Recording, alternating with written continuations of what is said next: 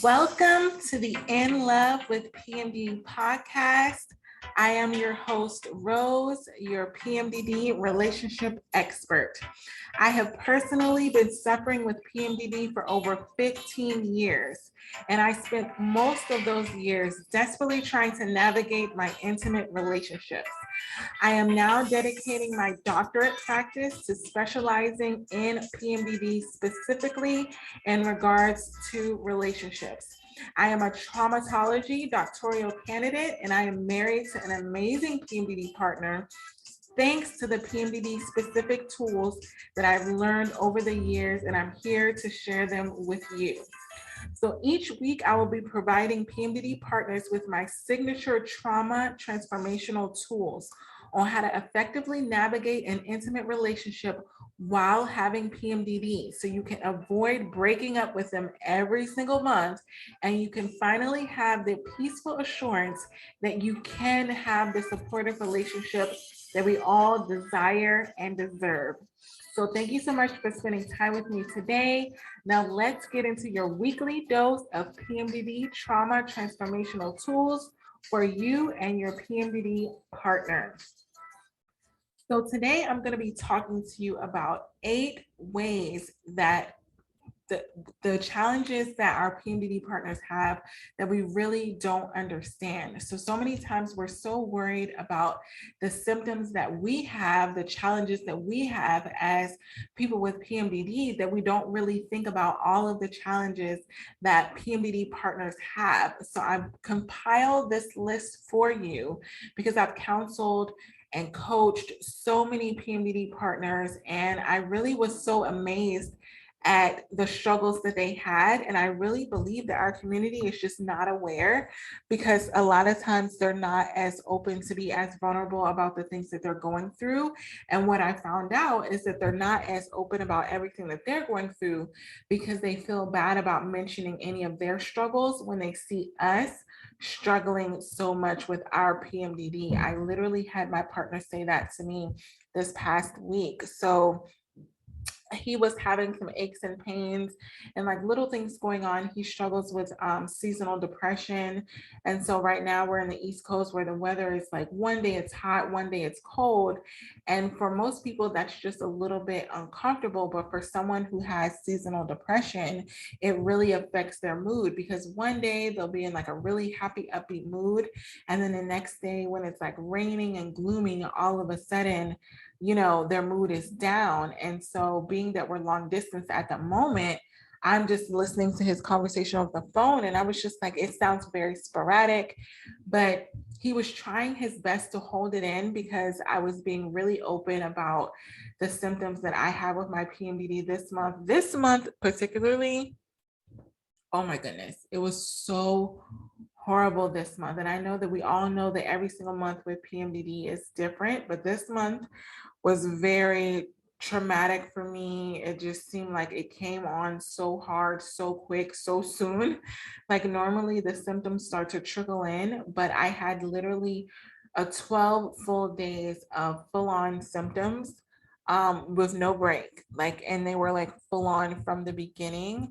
And I have a really busy work week. And then I'm homeschooling my daughter. Like all of the things that I had going on just seemed so overwhelming for the PMDD episodes that I had this particular time. So normally I try not to vocalize my symptoms to my partner as much. I realized that about myself, is that I kind of tame it down. Like I'll say like, oh, I'm a little uncomfortable or my body's a little sore. But this particular month, I was just like very open, real and raw. As a matter of fact, I had a breakdown during one of my PMDD morning routines, and I was actually doing my workout and I broke down, like I said in a previous episode. And so I talked to my partner about it. And just every single time that I had a breakdown, I just decided I was just going to share it with my partner, because I do have the avoidant attachment style when I'm in PMDD, and that triggers his anxious attachment style. So as a way of navigating that, I decided to be very open about all the agony that I was going through. And what that did was it made me feel closer to him because I felt like I was being more open and I wasn't hiding anything from him and I wasn't kind of dimming it down. I was just giving it to him raw and real.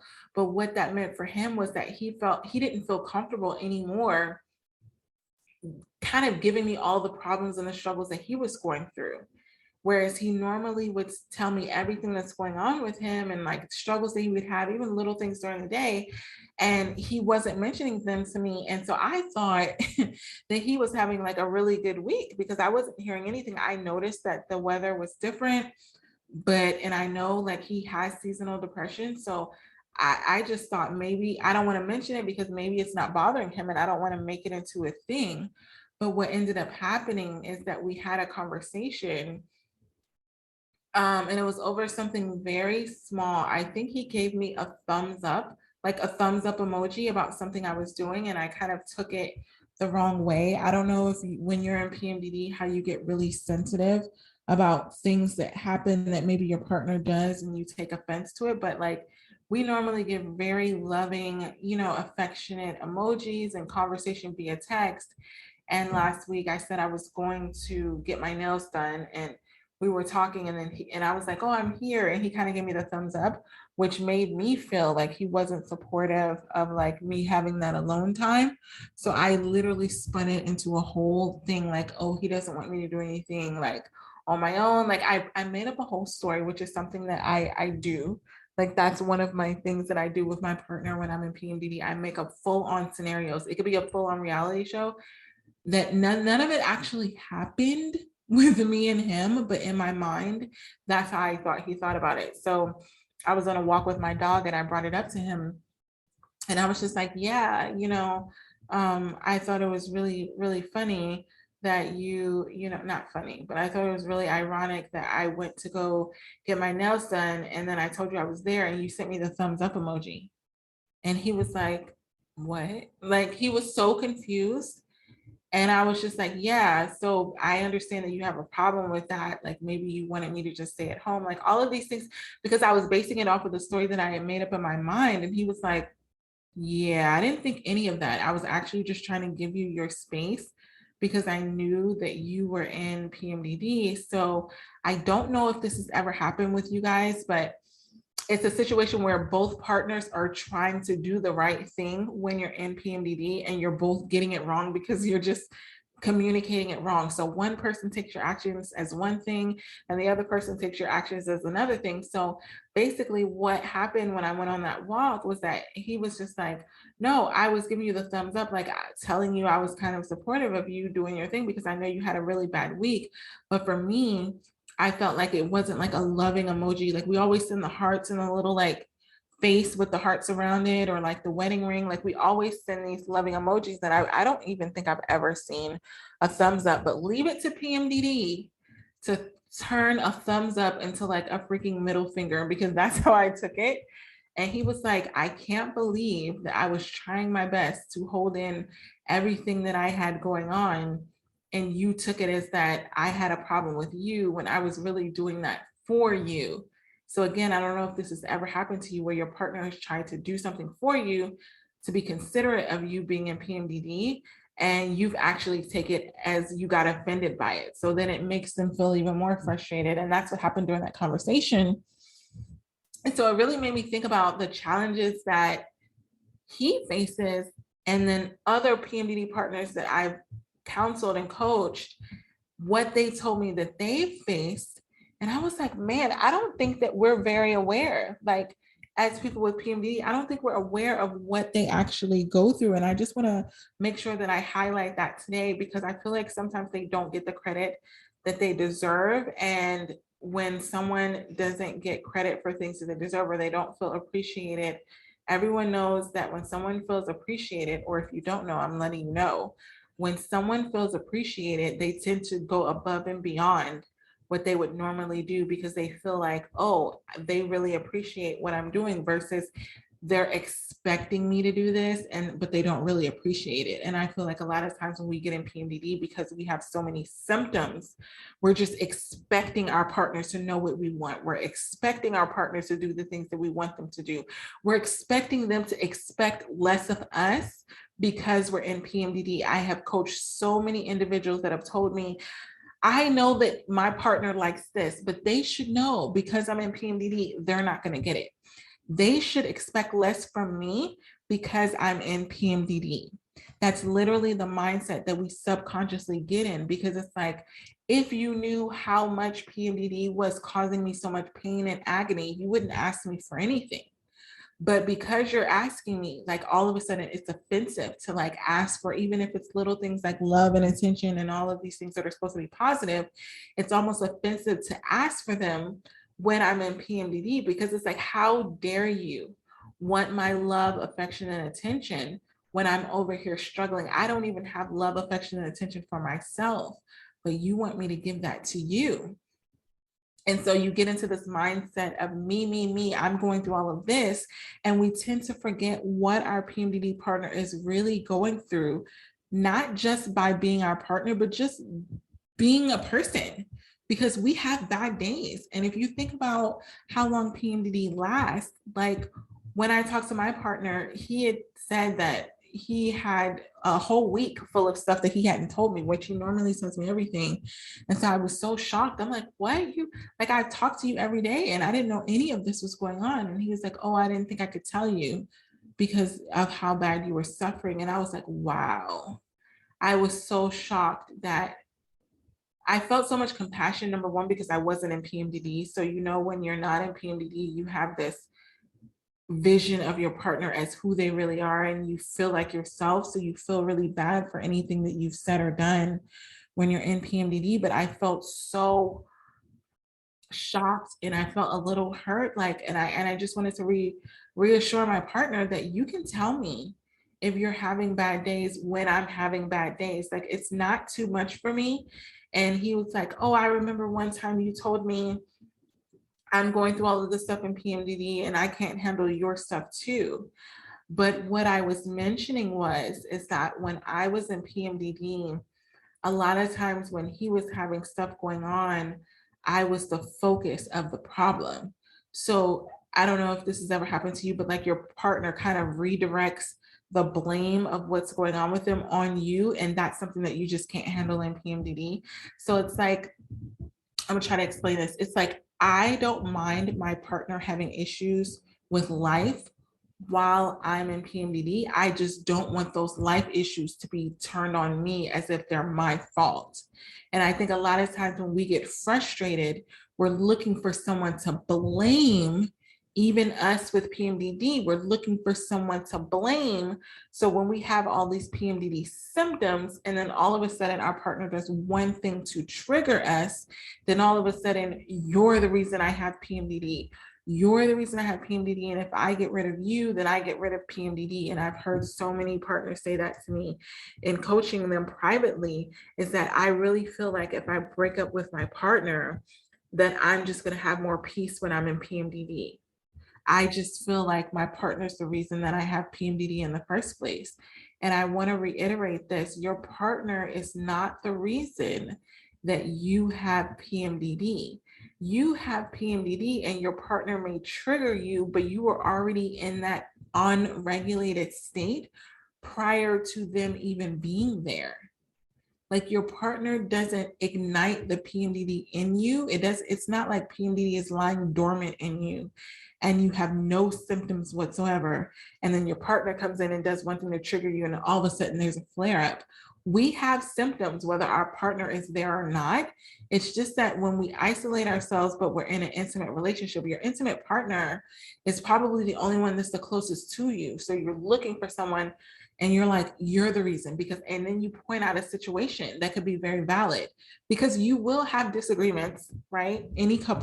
Every couple has disagreements. That does not mean that that person that they're in a relationship with is the cause of anything that they have going on. It just means that that's an additional thing that you have to get through while you're going through what you're already going through. So I feel like a lot of times the easiest thing that we do as people with PMDD is put the blame on our PMDD partners and don't understand how that negatively affects them in the long run and how much that they really have to endure. So I'm going to go over these 8 challenges of PMDD partners that we don't understand, so that you can have that awareness and have a little bit more compassion and gratitude for your PMDD partners, because they are amazing. They are amazing for what they go through. They are amazing for staying committed. They're amazing for loving you in and out of PMDD. And if we don't express that gratitude and treat them accordingly, you will lose them at some point, whether you physically lose them or you lose them emotionally, to where you get emotionally distant, or they're mentally just gone. Like, you ever seen people in a relationship and it just looks like they're just not connected, they're just not there, like they're physically together, but they're just not connected in the least? That's what can happen if you don't pour into your PMDD partner and give them that recognition and that gratitude that they do deserve for trying. Because as we all know, we are trying to navigate our PMDD. So putting the expectation on them to perfect how they're supposed to treat us in PMDD and expecting them to just know this, I'm letting you know, I'm getting my doctorate in PMDD studies. Like, all of my doctrine has been switched to study this, and it is not there. It does not exist. So there's nothing in the field, in the medical field right now, that is specifically identifying what a PMDD partner is supposed to do. That is what I am creating for you. That's why I do this podcast. That's why I have my course, my signature course, self-paced, for PMDD partners, so that they can understand and have the resources and the tools. And it's called PMDD Partners Path. If you have not applied, please go to my Instagram at In Love with PMDD. The link is in my bio to apply for that course. It opens next month in April, PMDD Awareness Month. And then it's also, you can email me, www.inlovewithpmdd.com or inlovewithpmdd@gmail.com. And you can email me and say that you want to apply to get into that course. Because if you don't have the tools, if you as a partner don't have the tools, and you with PMDD don't have the tools to navigate an intimate relationship with PMDD, then you're just not going to know. And you can't throw away a whole partner for a lack of knowledge that they don't have. I feel like a lot of clients that I coach and counsel, they have the desire to know, they have the desire to learn how to be a better partner, but the resources are not there.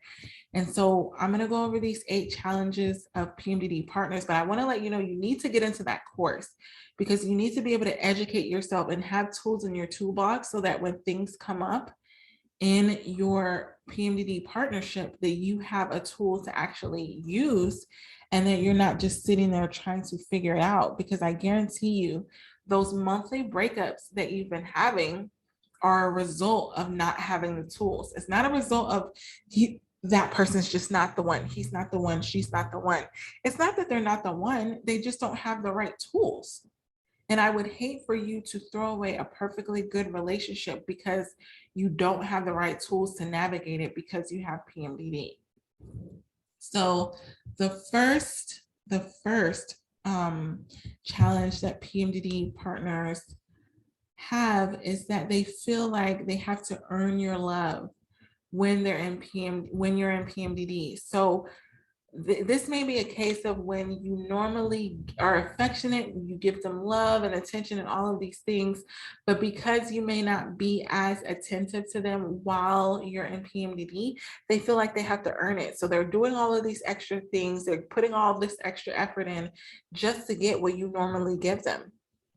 And I'm pretty sure we can all admit that when we get into PMDD, our focus is not on, let me make sure I'm giving my partner the love, affection, and attention that they need.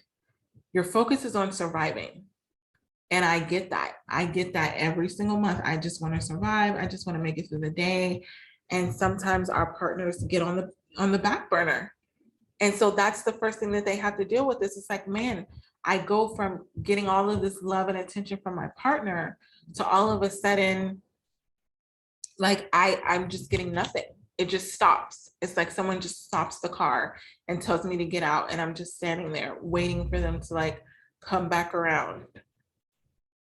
So the second thing that your PMDD partner goes through that you may not understand is that they're expected to be stoic. They're expected to be someone that's not emotional. They can't be emotional while you're in PMDD because you're emotional while you're in PMDD. So now they feel like what my partner says, they have to shut up and color. They just have to keep all of their emotions to themselves because they feel like they're in such a tight position to where they can't express how they really feel because we don't have the mental, emotional, physical capacity to handle anything that they have going on. That's essentially what my partner was saying this past week. He was like, I don't feel like for everything that I have going on that I could have dumped that on you or even told that to you and you would have been able to handle it because you had so much stuff going on. So they're expected for half of the month to hold in all of the problems that they have because we're in a state where we can't handle it, seemingly. So that's something that they're committing to doing. They're committing to get maybe half a month of support because they want to be with you, but they're okay with not getting the same amount of support and love and affection and attention that they normally get. And so the third thing is many PMDD partners are lonely. There is no support group that I know of specifically for PMDD partners that actually has the tools included. So I know that there may be groups or things on Facebook or certain areas that are like, hey, we're struggling, but men and women who are dealing with people who have PMDD, they want to fix it and they don't have the tools, and it can be very frustrating. They can feel very helpless because they literally don't have the tools. And that is a lonely ride when you're watching your partner suffer and you know that there's nothing that you can do about it because it makes you feel less of a partner. It's not like you can go to Walgreens and go on aisle 5 and say, oh, where's the PMDD section? And just pick them up something that's going to magically cure them like you would if maybe if your partner had cramps or something, you could just go get them some Midol or some Pamprin. And then you can be like, here, babe, here, I got this for you. Like, there's no medicine for this. So I want you to understand how hard that is for them to have to watch you suffer and they can do nothing about it, but just be there. And the fourth thing is PMDD partners are criticized for their basic instincts. It is natural for PMDD partners to not know how to handle their relationships when it comes to PMDD. And so they may come up with some very unorthodox things. I know 2 weeks ago, or a week and a half ago when I was in PMDD, my partner told me to eat something. Like I was like going through my breakdown and I was having all of these emotions and blah, blah, blah. And I just felt horrible. He was like, what did you eat? And I remember just pausing like, what in the world does that have to do with the price of tea in China? Like, did I eat? I just told you that I had anxiety, night sweats, like all of these very deep physical and emotional things. You asked me, did I eat? And I'm like, no, I didn't eat. And then he was like, oh, well, maybe you should eat something.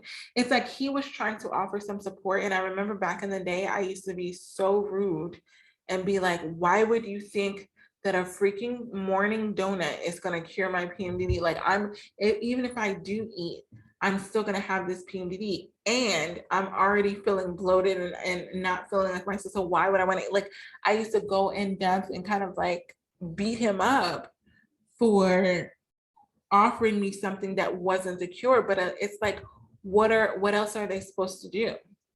So their basic instinct is to offer something to you to provide you with some form of relief. And not only do they not get gratitude for that, but they also get like either a backlash or maybe they just get the silent treatment or something like that. So I feel like they should get a little bit more credit when they try to offer some sort of relief for what we have going on. So the next thing is PMDD partners are criticized for taking care of their own needs. So I know a lot of times my PMDD partner would say, oh, he's an extrovert, I'm an introvert. So his way of re-energizing himself, or when he's down, he likes to go hang out with friends. And so that's the equivalent of taking care of his needs. Taking care of my needs is like going to the spa, going on a walk, like doing really things with myself and like around myself where there's not a lot of noise and distraction and all of that. Like that's what I need. But a lot of times partners are criticized for wanting to do what it takes to restore them for everything they have to go through. So say if they want to go out and it's like, oh, you should, like they're criticized for wanting to go out because you're in PMDD, or they're criticizing for wanting to do something that makes them feel good because in a sense, it's like, if I'm suffering, you should be suffering too. We're a couple, we're in this together. It's like you have to allow your partner to do what it takes to protect their mental health when you are in PMDD, because protecting their mental health is crucial for them restoring themselves. Because just because we come out of PMDD after, 10 to 14 days or 7 days if you're lucky, that doesn't mean that they don't have any hormones in their body that are causing them to be in that state. So they don't just snap out of it. So they may need to be more social or be more introverted. Maybe they don't want to like communicate as much when you're in PMDD. Figure out what your partner needs when you're in PMDD and allow them to do that. That's their coping mechanism. It's not an offensive to you. It's just their way of taking care of themselves. So no one ever says, oh, as soon as PMDD comes, let me see what my PMDD partner needs. Let me make sure that they're good first. That's not a thing. You're normally thinking about yourself, but you're also expecting them to be there and you're expecting them to be supportive. And so the next thing is PMDD partners are expected to make the first move romantically when the partner is in PMDD. I've seen this so many times where I've had a client and their partner has wanted sex or wanted to hold their hand or wanted to be intimate. And the other partner's like, touching makes my skin crawl. I can't believe I told them. And they'll say, I told them I don't want to be touched while I'm in PMDD, and I can't believe that they're trying to touch me. So now your partner's getting beat up for wanting to physically connect with you. But they're your partner. Who else are they? This is one of the things that came up in one of my sessions is, who would you prefer that they try to connect with when you're in PMDD? They're not reaching outside of the relationship. They're reaching for you. They're wanting you. They're wanting to be closer to you. And that's not a bad thing. They're not trying to take anything from you.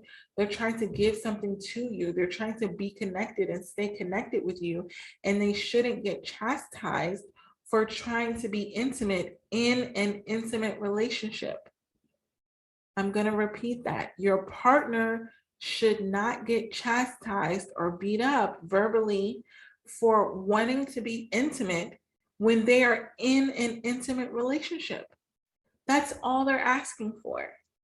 And I know that maybe touching makes your skin crawl or something like that, but when you're in PMDD, you have to give something. I'm not saying you have to get full out and start swinging from the chandeliers, but what I am saying is that you can't neglect their needs for intimacy and emotional closeness just because that's not your need at the moment. It's kind of like the relationship that, for those of you who have children, it's a very selfish job. It's not always about what you feel like doing. It's about what can I do for this person that's depending on me. And I want to let you know, whether you realize it or not, your PMDD partner is depending on you to give them the love, affection, and attention that they need, because they can only get it for you. They can only get it from you. They can't get it from anywhere else. And if they do, they're wrong. And that would be unacceptable. So if you're wanting your partner to stay faithful to you, if you're wanting your partner to be only in love with you, then you have to commit to doing what you can during PMDD so that they feel loved, that they feel paid attention to, and that they're getting their emotional closeness met. Don't forget about your partner just because you're in PMDD and then expect them to be loving when you come out of PMDD and you're back and you're expecting them to be back, because we have a switch within ourselves that kind of clicks, but they don't have that. In their mind, it's a continuous thing. We have a cycle that's 30, 31 days out of the month, and we count it and we have our split. They want love, affection, attention 31 of 31. 30 of the 30, 28 out of the 28. They're not cyclic in that way. They don't stop. Their desires for emotional closeness and intimacy and love doesn't stop because we're in PMDD. So the next thing that PMDD partners go through that we may not understand and that's challenging for them is that PMDD partners rarely receive compliments on how they're handling PMDD.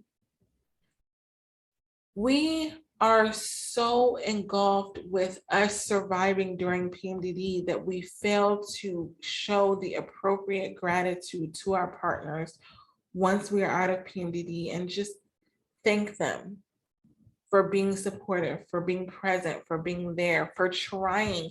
For those of you that like to criticize your PMDD partner because they're not doing everything perfect, what did I tell you earlier? The tools are not there. They are trying their best. And when they feel like that what they're doing is not good enough, I had a couple that came to me and the partner had actually broke up with him, left the relationship, and came to me to do one-on-one coaching. And I said, well, why did you leave? And they said, I just felt like I couldn't do anything to help them. And I was just making it worse for them. So I really do love them. And the best thing that I thought I could do was just to leave. And then they broke down crying. And it was so sad to hear that they weren't breaking up with their partner because they didn't want them. They were breaking up with their partner because they felt like they did want them, but they weren't good enough. They weren't giving them what it is that they needed. And they thought that maybe if I just left, that it'll cause them less pain and then they'll be better. So I want to let you know that it isn't easy to be in a relationship, period. And it's even harder to be a partner of someone who has PMDD. PMDD partners do not have it easier by not having PMDD. Being a partner for someone who has PMDD is not for the weak, and it doesn't take just a little bit of support. It takes a lot. So both PMDD partners would benefit from understanding the challenges of the other and facing it with more compassion, more understanding, and more support for what the other person is going through. So it's not just about your partner you demanding that your partner be supportive of you because you're in PMDD. It is more so of you being understanding and grateful that they're with you while you have PMDD. It goes both ways. So just like you would like for your partners to be understanding and supportive, you need to be understanding and supportive to them as well. It's called an intimate relationship. You both are in this together. They have stuff going on. Life does not stop because you're in PMDD. So you're going to have to balance it. And it is worth it. It is worth it to balance having a relationship while you're in PMDD because of what you get because of it. So it's not like, oh, that sounds so hard. That sounds so hard to me. I'm not going to do that. I think I just would rather be single.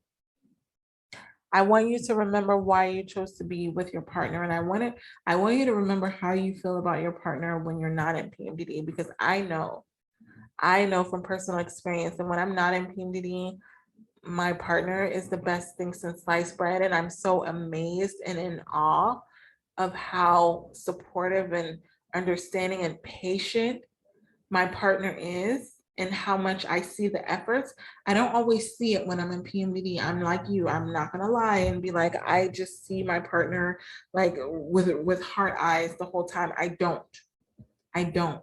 But I always remember when I come out of PMDD, I'm gonna see and I'm gonna appreciate that they're still there and I'm gonna appreciate that they're still trying.